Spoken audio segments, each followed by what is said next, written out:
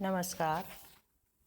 मैं डॉक्टर शोभा भाटिया, राजकीय महाविद्यालय जम्मा रामगढ़ से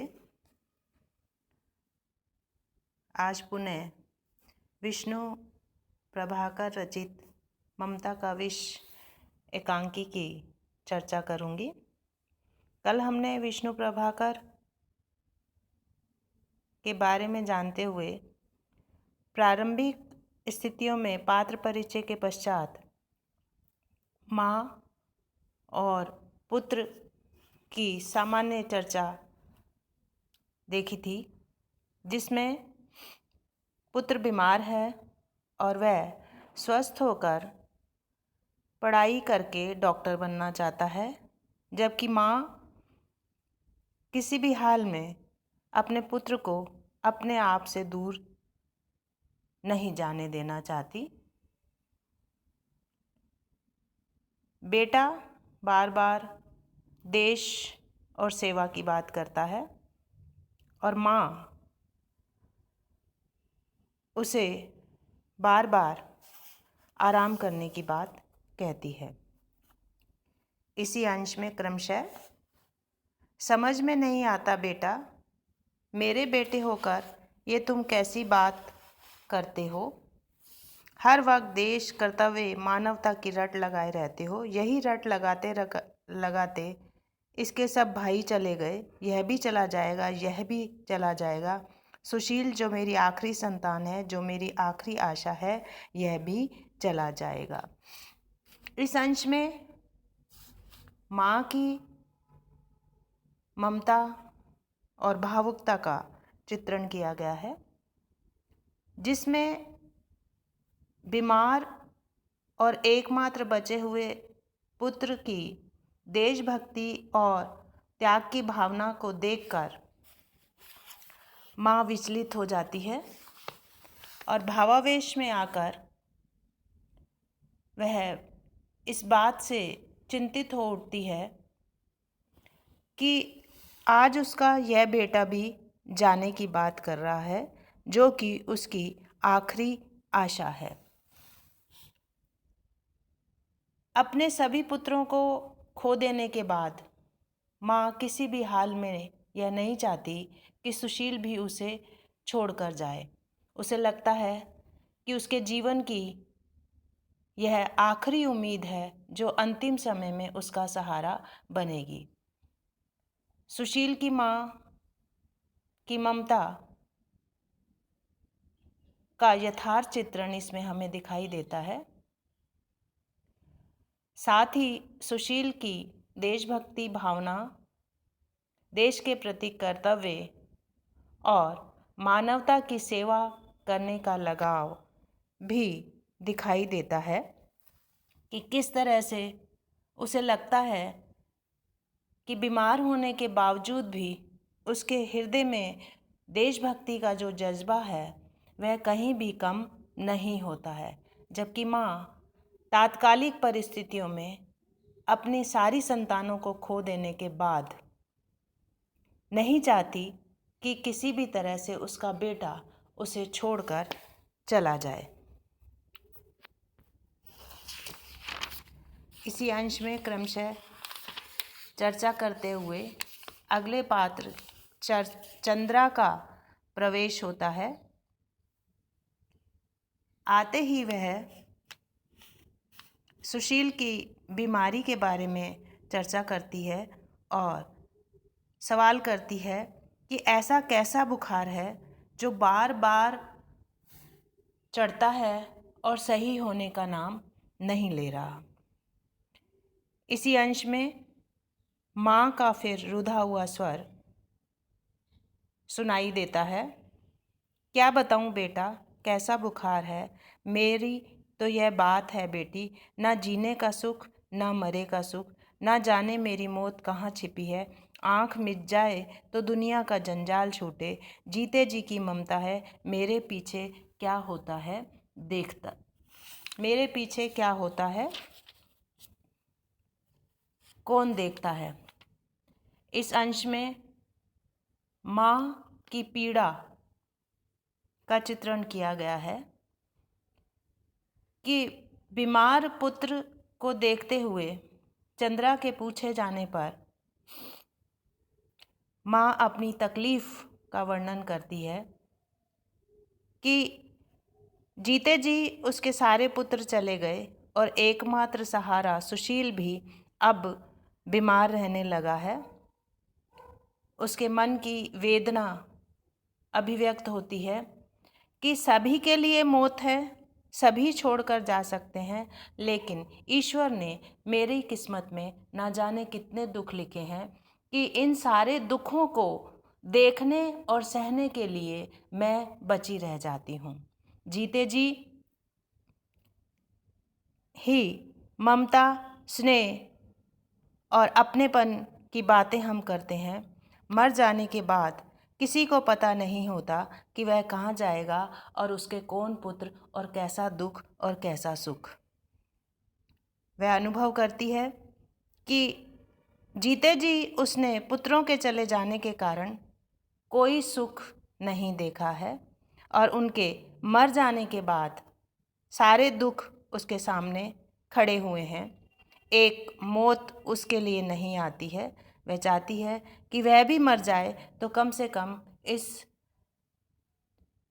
दुनिया के दुखों से दूर हो जाएगी, इस मुश्किलों से छूट जाएगी कि रोज़ रोज़ उसे दुखों का सामना नहीं करना पड़ेगा।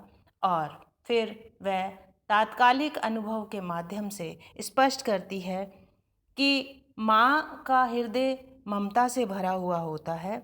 यही कारण है कि उस ममता के कारण ही वह बार बार अपने पुत्र को बीमार होने के बावजूद भी अपने पास रखना चाहती है। वह नहीं चाहती कि वह उसे छोड़कर चला जाए, वह पढ़ने के लिए जाए या वह अन्य पुत्रों की तरह बड़ा बनकर, डॉक्टर बनकर, देशभक्ति की भावना से ओतप्रोत होता हुआ वह उसे छोड़कर चला जाए। वह बच्चों के अभाव में जीती हुई माँ है, जिसे बच्चे तो मिले लेकिन कोई भी उसके पास नहीं है। इस पीड़ा का वह बहुत अधिक अनुभव करती है। इसमें माँ की ममता का मार्मिक चित्रण किया गया है कि पुत्रों के शोक में व्याकुल माँ अपने लिए भी मृत्यु की कामना करती है कि जीते जी उसे सुख तो प्राप्त नहीं हो रहे, लेकिन अब यह दुख भी उसके लिए असह्य होते जा रहे हैं और वह चाहती है कि उसे भी मौत आ जाए या वह भी मौत की कामना करती है। यहाँ माँ के बातचीत में जीवन के प्रति निराशा अभिव्यक्त हुई है कि निरंतर दुखों को सहते सहते वह स्वयं अपने जीवन में जीना नहीं चाहती है और वह भी निराश होकर मृत्यु को प्राप्त करना चाहती है। भाषा सरल है और प्रभावकारी है। इसी तरह की चर्चा करते हुए चंद्रा उसे सांत्वना देती है, लेकिन वह अपने जीवन को स्पष्ट करते हुए कहती है कि ऐसा नहीं है कि उसका एक ही यह पुत्र है, बल्कि उसके 14 पुत्र हुए हैं और उन पुत्रों में से किस तरह से एक एक करके सारे पुत्र उससे दूर होते चले गए। यह अंश है। 7 तो बचपन में ही राम ने बुला लिए थे, 3 बड़े होकर बम पार्टी में चले गए, 2 कहीं समंदर पार के देश में चले गए, उनका तो कुछ पता ही नहीं लगा जीते हैं या मर गए।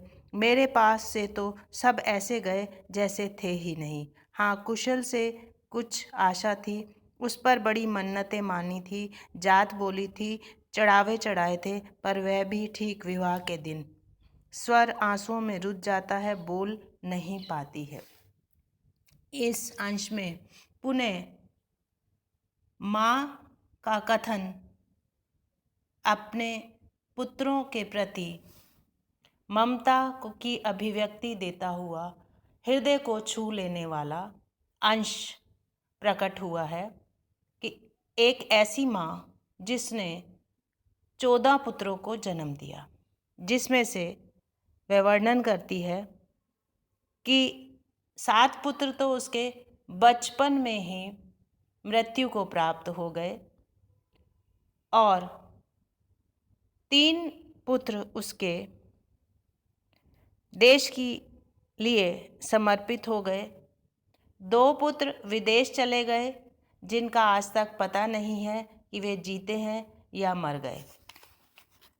वह इस बात को स्पष्ट करना चाहती है कि पैदा कर देने से ही माँ की ममता परिपूर्ण नहीं होती है।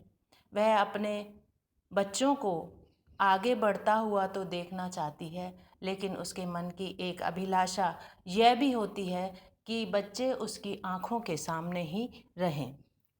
यद्यपि वह देश के लिए समर्पित हुए हैं, लेकिन जीवित हैं या नहीं इसका आभास ना होते हुए उसे लगता है कि चाहे वह जीवित हों, लेकिन क्योंकि उसकी आँखों के सामने नहीं है, ऐसी स्थिति में उसके लिए उन पुत्रों का होना या ना होना एक समान ही है। इसके साथ ही इस अंश में एक महत्वपूर्ण बात अभिव्यक्त हुई है कि जब जीवन में कोई भी व्यक्ति उम्मीद छोड़ देता है, निराश हो जाता है, तो वह ईश्वर के प्रति अपनी भक्ति को प्रकट करता है, अपनी प्रार्थना को प्रकट करता है और उस निराशा से दूर होने के लिए वह मन्नतें मानता है, बहुत तरह की जात बोलता है, चढ़ावे चढ़ाता है,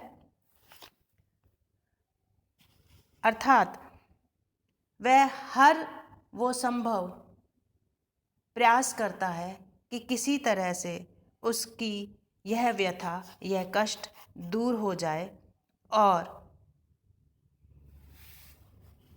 वह इस तकलीफ से मुक्ति पा सके और इसके प्रति वह हर संभव प्रयास अपने जीवन में जहाँ से भी उसे पता चलता है वह वैसा कार्य करने को तैयार रहता है। और इसी अंश को आगे बढ़ाते हुए अपने पुत्रों की चर्चा करते हुए वह स्पष्ट करती है कि उसके पुत्र उसका सम्मान तो करते ही थे, लेकिन उनके मन में ना जाने देशभक्ति का कैसा जज्बा था कि वह माँ से भी बढ़कर एक और माँ के बारे में चर्चा करते हैं। बेटी वे लोग देश की को बड़ी माँ कहते थे वह तुम्हारी भी माँ है, वह हम सब की माँ है। कुशल भी यही लिख कर रख गया था, बड़ी माँ ने बुलाया है, जा रहा हूँ, मेरी राह ना देखना। ना जाने किसने उन्हें यह सिखाया था। हम जिन्होंने पाला पोसा उसके लिए कष्ट सहे, उनके कुछ भी नहीं रहे और वह जिन्हें कोई जानता तक नहीं, उनके सब कुछ हो गए। यहाँ पुनः माँ के हृदय की मर्म स्पर्शी भावना प्रकट हुई है कि उसके सारे पुत्र जो शेष बचे थे और वो आखिरी पुत्र कुशल जिसकी वो विवाह करना चाह रही थी, ऐन वक्त पर विवाह को छोड़कर देश के लिए समर्पित होने के लिए चला गया। उन भावों को अभिव्यक्त करते हुए वह कहती है कि पता नहीं मेरे बच्चों में ये संस्कार कहाँ से आए कि हमने जिन्हें पैदा किया, बड़ा किया, वे सारे के सारे अपने परिवार को छोड़कर देश के प्रति समर्पित होने के लिए चले गए। उन्होंने एक क्षण के लिए भी यह नहीं सोचा कि जिन्होंने उन्हें पैदा किया है उनके प्रति भी उन पुत्रों का कोई कर्तव्य है। एक पुत्र जो विवाह के समय में चला गया, उसकी लिखी हुई बात को कहती है कि माँ, मेरा रास्ता मत देखना, मेरी बड़ी माँ मुझे बुला रही है। देश के प्रति समर्पित भावना को अभिव्यक्त करते हुए यहाँ कुशल ने यह बात लिखी है और वह चाहता है कि वह देश के काम आए। घर और परिवार, माता पिता से पहले भी हमारा भाव, हमारा समर्पण देश के प्रति होना चाहिए। मातृभूमि के रक्षा के लिए वह अपने छोटे परिवार को छोड़कर देश के बड़े परिवार में समाहित हो जाना चाहता है। और यह बात वह लिखते हुए अपने परिवार को त्याग कर चला जाता है। लेकिन माँ की ममता अपने पुत्रों की भावना को समझते हुए भी ना समझना चाहती है और परिवार को त्याग देने की इस कठोर निर्णय के प्रति अपना आक्रोश व्यक्त करती है, अपना क्रोध व्यक्त करती है कि ऐसी बड़ी बड़ी बातें करना, त्याग और बलिदान की बातें करना मेरे बच्चों को किसने सिखा दी मुझे नहीं पता। वो माता पिता जिन्होंने बच्चों को पैदा किया, उनका पालन पोषण किया, उनके लिए जीवन में अनेक तकलीफ़ों को सहन किया, वे उनके लिए कुछ भी नहीं होते हैं और अचानक उनके मन में देश के प्रति समर्पण की बात आ जाती है और वह यह चाहते हैं कि देश ही उनके लिए सब कुछ है।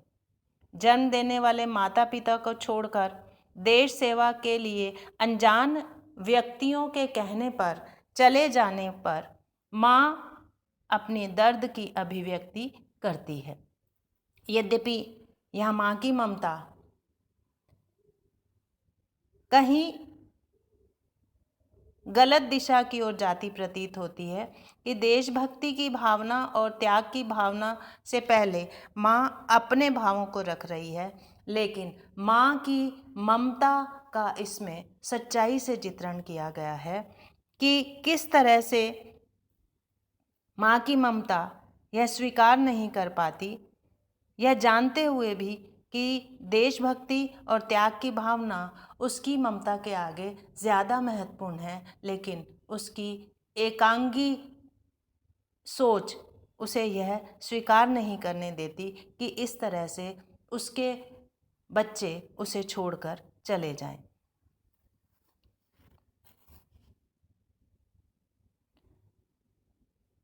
इसी अंश में आगे चर्चा करते हुए, पता कौन लगाता, बाप तो उनका जैसा है दुनिया जानती है। लोगों ने जब ढूंढने को कहा तो बोला ढूंढना बेकार है, जो रहना नहीं चाहता उसे रोकने की कोशिश करना और उसे और खोना है।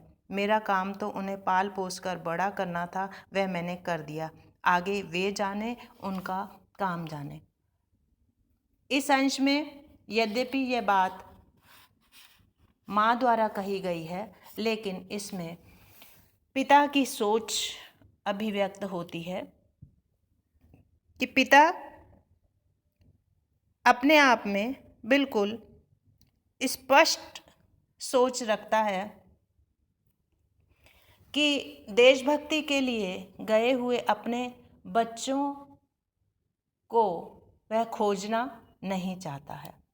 उसे लगता है कि जो चले गए हैं उनके बारे में अगर मैंने खोजबीन की और मुझे पता चला कि देश के काम आ गए हैं या उन्होंने मृत्यु को प्राप्त कर लिया है, तो ऐसी स्थिति में मेरे हृदय में दुख और भी अधिक हो जाएगा। अभी कम से कम मेरे हृदय में ये उम्मीद तो है कि मेरे बच्चे कहीं ना कहीं होंगे।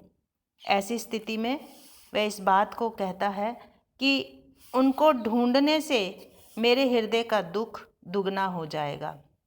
लेकिन माँ की ममता अपने पति द्वारा कही गई इस बात पर व्यंग करती है कि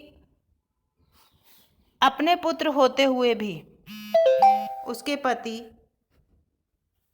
खोजने के लिए तैयार नहीं है।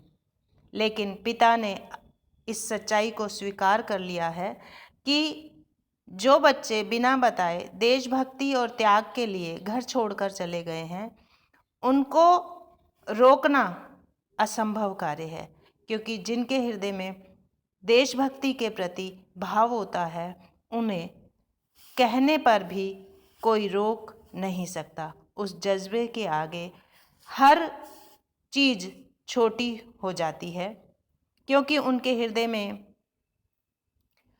देश के प्रति भावना अत्यधिक मजबूत और दृढ़ होती है, जिसे कि बदलना कठिन होता है।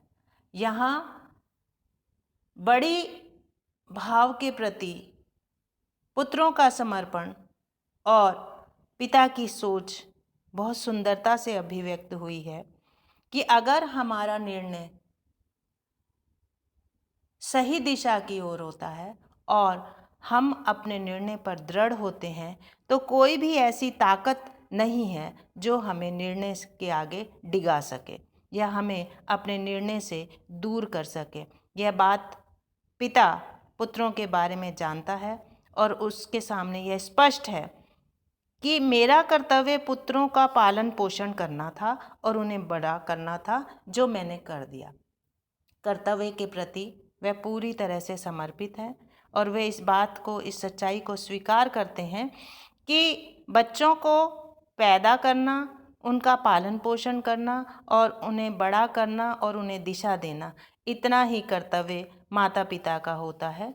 लेकिन हमारी अपेक्षाएं भरण पोषण के साथ ही स्वार्थमयी हो जाती हैं कि जिन बच्चों को हमने बड़ा किया है वो बच्चे हमारी सेवा करें।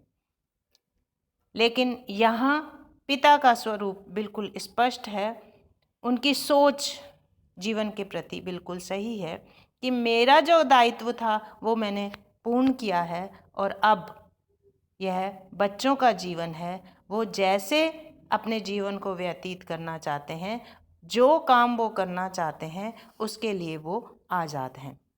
इस स्थान पर एकांकीकार विष्णु प्रभाकर ने माँ और पिता दोनों के हृदय की भावनाओं को तुलनात्मक रूप से चित्रित किया है।